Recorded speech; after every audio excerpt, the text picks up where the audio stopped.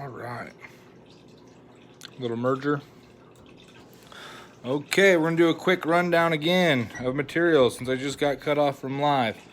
We're gonna start off with a size 10 nymph hook. We're using a nymph hook. We're gonna be using some orange foam. I like the shiny side on this stuff. Gonna be having some gray dubbing. Might be a little bit of a shine, a little bit of a tinsel in there, but it's mostly gray. Going to be going with some copper tinsel thin wire. It's really thin and lightweight. We're also going to be going with some muskrat fur. Here it is. We're going to be using the darker stuff up here towards the neck. So let's get it started.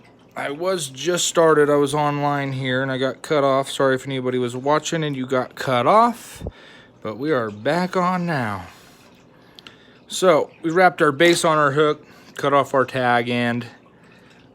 We're gonna set this hook kind of angled, kind of funny. So I want to bring my base way down the back of this hook.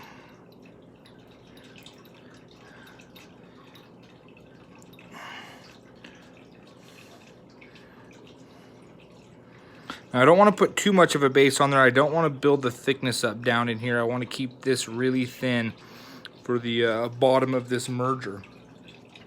Next thing we're going to do is we're going to get a hold of our copper wire. I'll go ahead and tie us in a piece of that copper wire.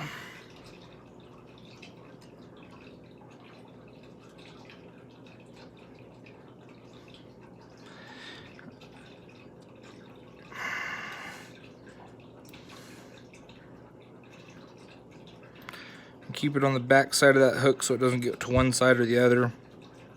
It'll help keep your fly more balanced. And then we're gonna tie up. Now I got that copper hanging off the tail like so.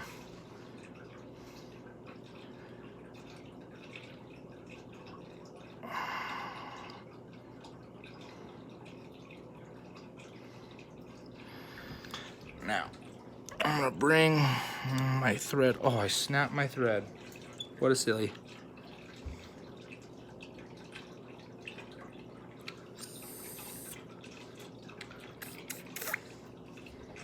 One sec while I fix my thread.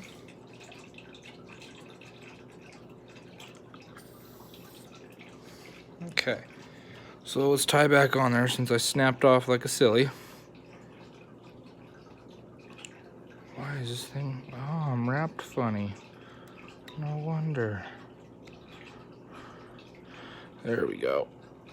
Now we're gonna tie in. Okay.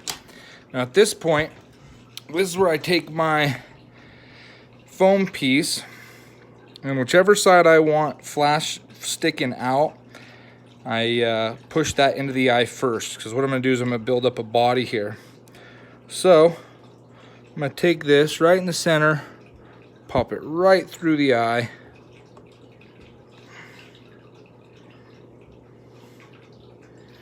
Pop the eye through it, rather. I'm gonna bring it back some.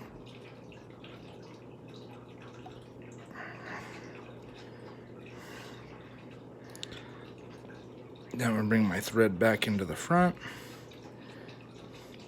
And we're gonna come back about maybe a 1/16 of an inch away from the head or the eye of the hook. We're gonna trim this bottom piece down just a hair so we don't get it all the way into the eye. We're just gonna go ahead and tie down the tip front edge of this foam. And we want it to ride directly on the bottom of the hook.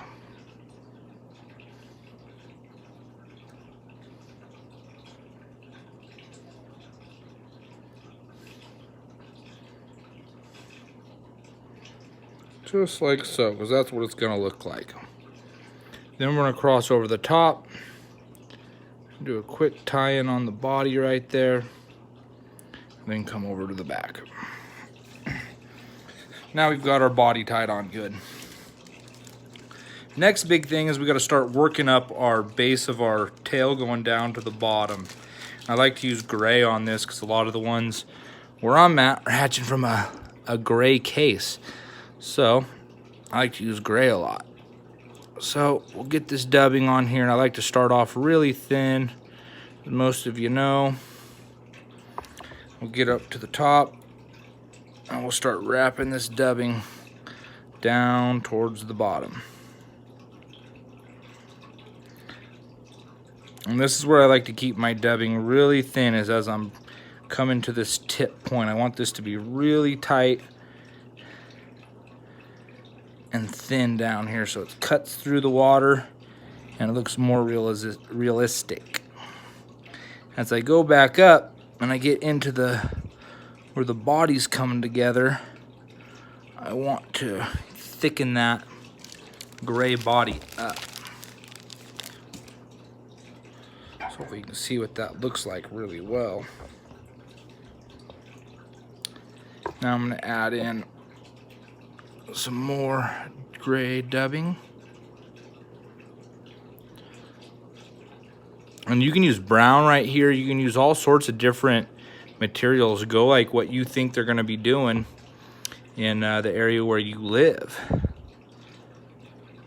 Now, if what you notice is I'll take this dubbing and I'll wrap it really tight up into this foam. I don't want there to be any brown showing right there. I want that to be completely dubbing right up to the foam. And I want it to get wider from the bottom up towards the base of this foam. Get a little more dubbing in there would be nice. Bam.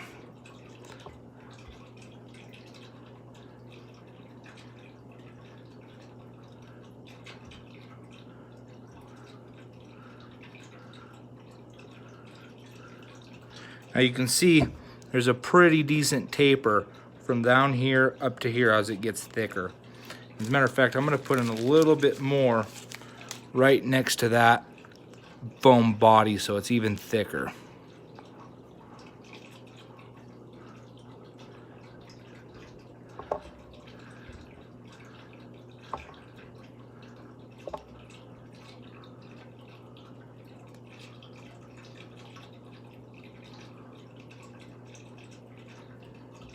All right, now that we're at this point, we're going to take our copper wire that we started with tying on, and we're going to wrap it in the same direction that our thread wraps go.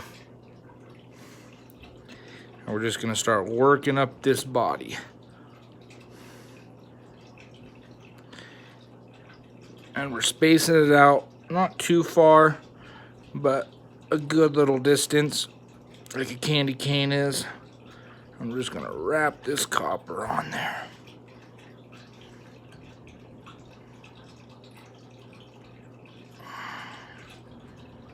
And then bring it around to the front. And how you do this is, see how I bring it across the top and then towards the front of the hook? Then as we bring our thread up, we're going to grab the copper with our thread, and also bring our thread to the front of the hook and meet up with this copper so we can tie it into the front like so. And try not to get too close to the eye of the hook, because you're going to need that space in there.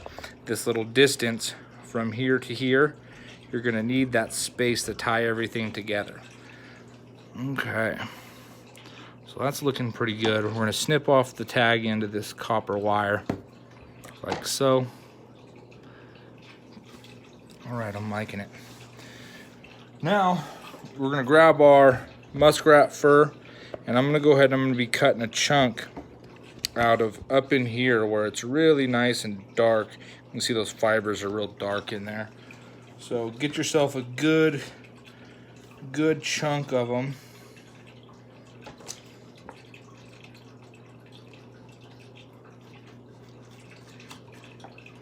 And snip them out of there. Now, how I do this is I'll get the guard hairs and I'll grab the tips of all the guard hairs and start pulling all this bottom fur out Well, this fur is what keeps that muskrat warm, but it really soaks up water for us. We want these guard hairs because they're all covered in natural oils that work really, really well to keep these flies afloat, especially when you're adding metal wire to them. It's going to help sink them down, and it's already going to be merging into the water a bit. We want to use whatever we can to help keep this fly afloat. Okay, so now we got our guard hairs kind of separated. We're going to lay them right over the top in here, just like so, right over where the bottom of that belly comes in.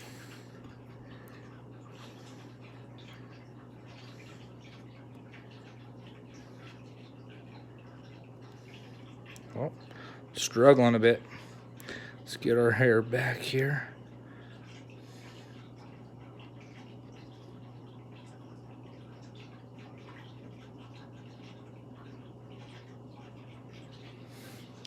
Just like so.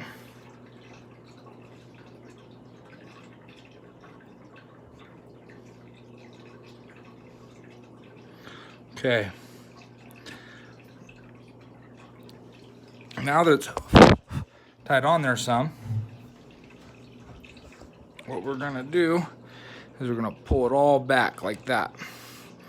Then wrap from the back forward.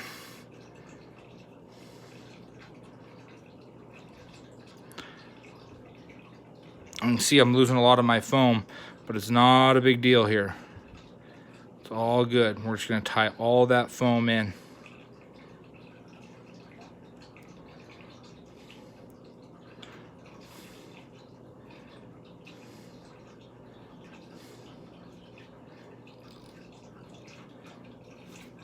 Okay. Now pin these back again like I did, just like that, so they're angled backwards. These are going to look like legs and wings coming out of that cased fly as it's merging to the surface. Get all that foam tied in so it's all brown. Okay. I don't even like that. I want it even more tied back.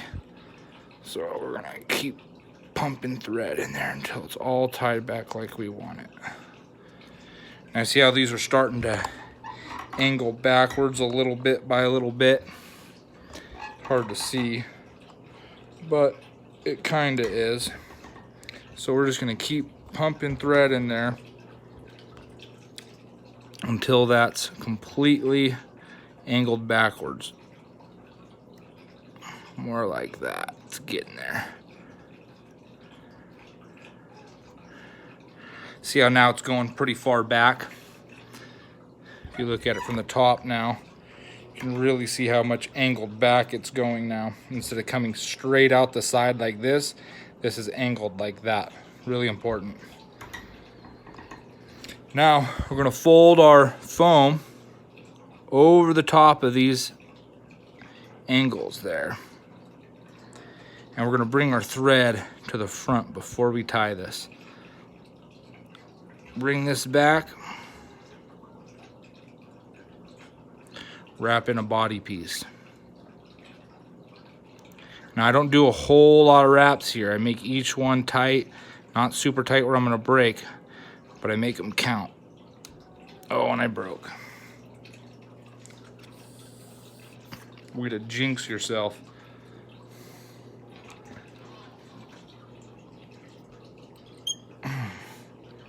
So we'll just go ahead and tie it in to keep it going. I don't like to do too many ties in here, as I just said, but when you break, you kind of hose yourself, so you have to. But like Dr. Bob Ross, the painter, says, we don't make mistakes, just happy accidents. And then with this little piece that's left over, we're gonna cut and leave a little end. So I leave that little square. I'll explain why I leave that little square when we're done. But now that I have that there, I'm going to bring my thread back to the other side where the eye is. This is where we're going to tie off. So I don't have my whip finish here like I've been explaining to people. I've Haven't made it to a fly shop in a while. My last one got busted, so we just do a couple quick overhand knots in there. Get it tied up. Hit your hardener in there too. Don't forget about hitting your hardener in there. But that's what it looks like. And this fly is gonna float like this. It's gonna sit on the water like this, floating. And looks pretty scraggly. I don't mind that. It makes it look like a case coming apart. But that gray case, you have this gray case that's sitting like this as it's floating, looking like this brown and orange, my light, right? This brown and orange thing's crawling out of the inside of this case. And that's what they really like. Then I'll even snip this off to make it match. It's not too long. You know, that way it's kind of even. But it looks like something's trying to crawl out of this case. And as it's floating, it'll be floating like this, and it's kind of hard to see.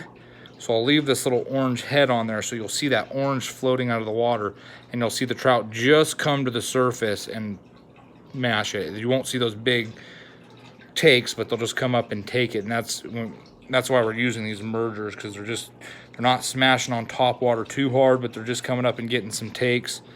And that's what we're going for. And so that's what it looks like.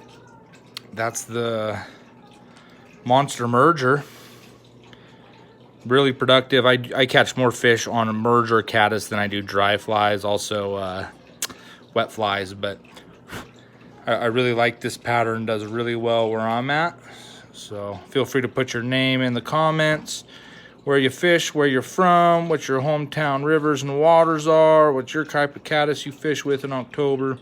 Like to see all that stuff. So appreciate you watching. Thanks for tuning in.